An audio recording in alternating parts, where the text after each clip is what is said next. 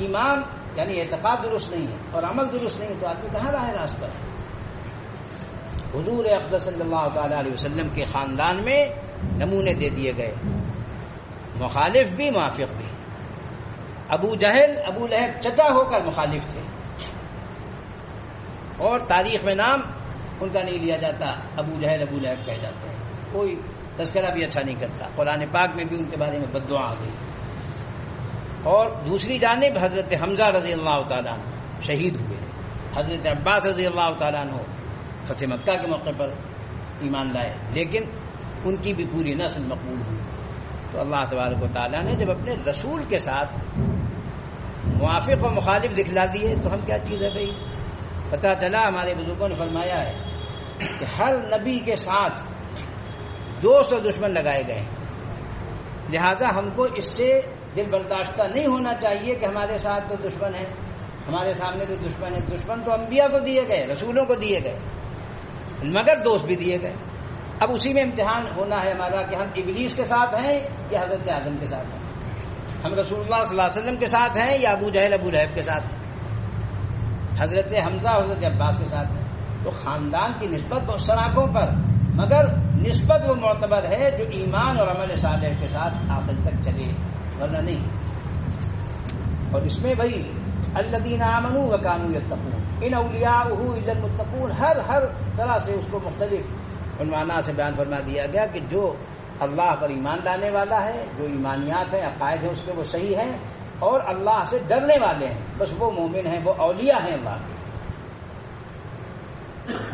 ارشاد فرمایا رسول اللہ صلی اللہ علیہ وسلم نے کہ تمہارے پاس رمضان آ گیا، رمضان کا مبارک مہینہ آ گیا، اللہ تعالیٰ نے اس کے روزے تم پر فرض کیے ہیں، اس میں جنت کے دروازے کھول دیے جاتے ہیں اور دوزخ کے دروازے بند کر دیے جاتے ہیں اور سرکش شیاطین کو طوق پہنا دیے جاتے ہیں۔ اللہ کے واسطے اس میں ایک رات ہے جو 1000 مہینوں سے بہتر ہے، جو شخص اس رات کی خیر و برکت سے محروم رہا وہ بالکل ہی محروم رہا۔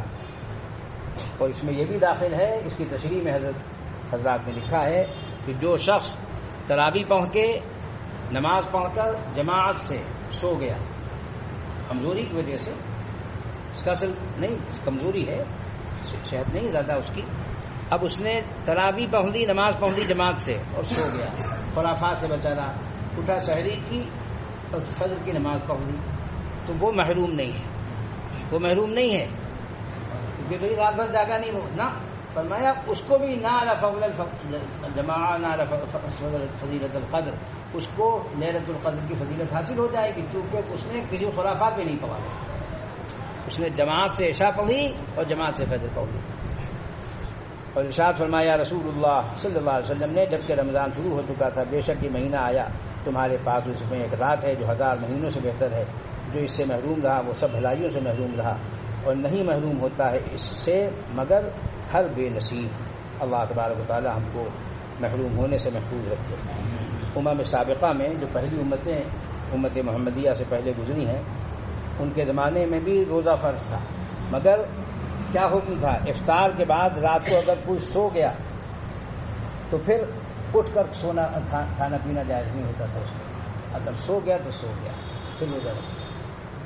اس سے اللہ تعالیٰ نے بھی اس کو رخصت دے دی کہ نہیں ایسا نہیں ہے، سو گیا پھر اٹھ کے کھا سکتا ہے،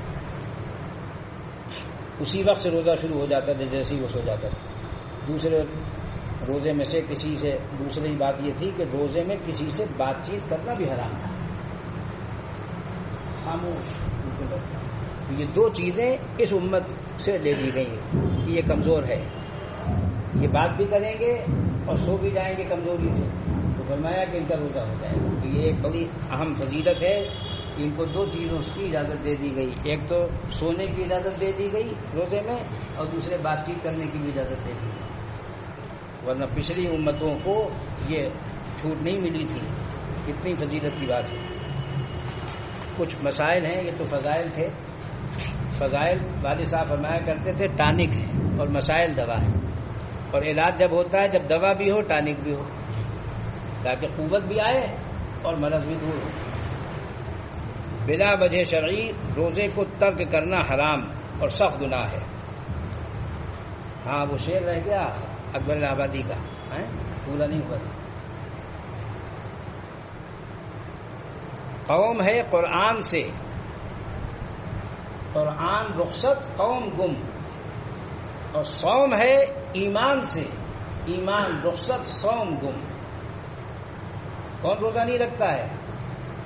وہ آدمی جس کے یہاں ایمان کی اہمیت نہیں ہے، کھاتا پھر رہا ہے ہٹا کٹا مستنڈا، تو کھا پی رہا ہے، کیسا بہادر ہے بھائی۔ بڑے افسوس کی بات ہے، میں جب آیا اور جامع مسجد، اس وقت میری 10 سال عمر تھی، تو جامع مسجد کے نیچے ٹھیلے اب بھی شاید لگتے ہیں، پتہ نہیں، بریانی اور حلیم وغیرہ کے چلے گئے، بچے بھی جوان بھی، جمعے کی نماز رمضان مبارک میں پہنچ کر اور جا کے کھا رہے تھے۔ میں دیکھ کر چونکا، میں نے کہا رہے، کیونکہ میں نے منظر دیکھا ہی نہیں تھا، پہلی دفعہ دیکھا۔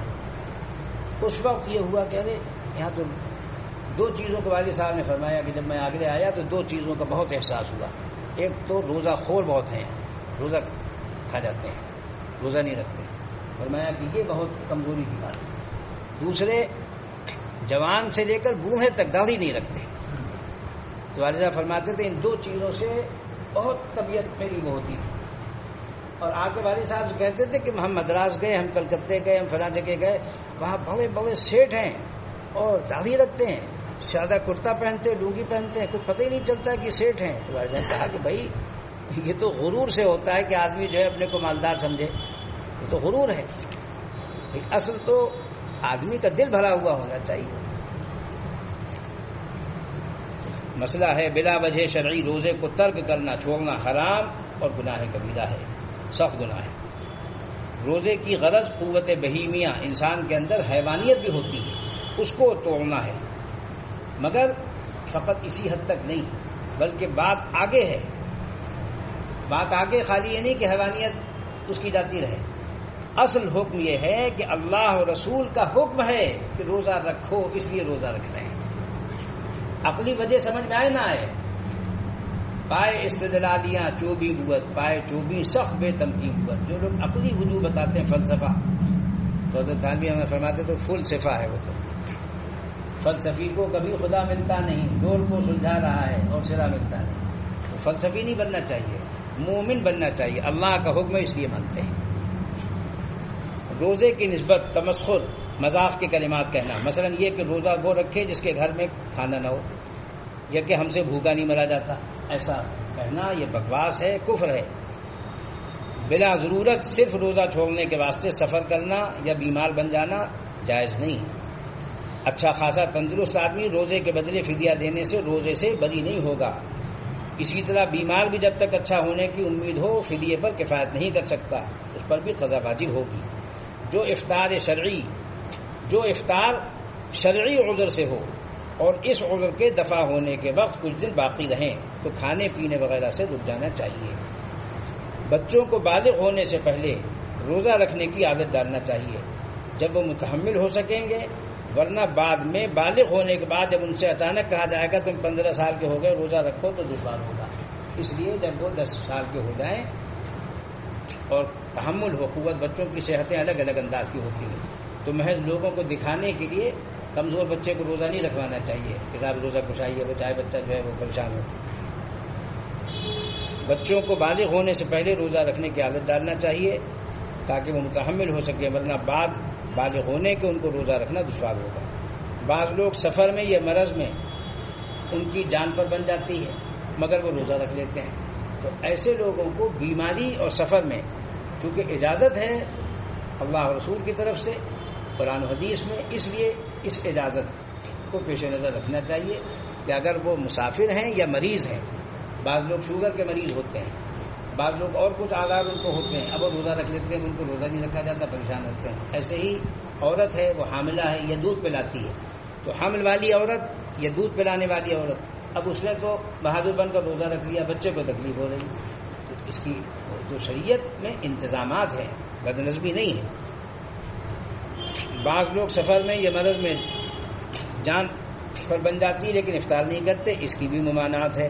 اگر شیرخوار بچے کو والدہ کے روزہ رکھنے سے تکلیف اور ضرر ہو تو افطار کر لینا چاہیے، یعنی روزہ اولاً تو پہلے سوچ کر رکھنا چاہیے، اور اگر رکھ لیا اور ایسی حالت ہونے لگے تو اس کے اوپر کفارہ نہیں ہے، فرما رہے ہیں اس لیے کہ قضا کرے گی۔ محض خوشی منانے اور اپنا حوصلہ نکالنے کے واسطے بہت کم سمجھ بچوں سے روزہ رکھوانا ممنوع ہے، لیکن روزے کے سلسلے میں خود فیصلہ نہ کرنا چاہیے، کسی عالم باقاعدہ جو محقق ہو اس سے پوچھے یا کسی طبیب حاذق سے، تجربے کار حکیم ڈاکٹر سے پوچھے، خود کرے گا تو نفسانیت کا بھی شکار ہو جاتا ہے۔ محض خوشی منانے اور اپنا حوصلہ نکالنے کے واسطے بہت کم سمجھ اور کم عمر بچوں سے روزہ رکھوانا ممنوع ہے۔ روزے میں غیبت، بدنگاہی اور تمام معاصی سے بہت اہتمام سے بچنا چاہیے۔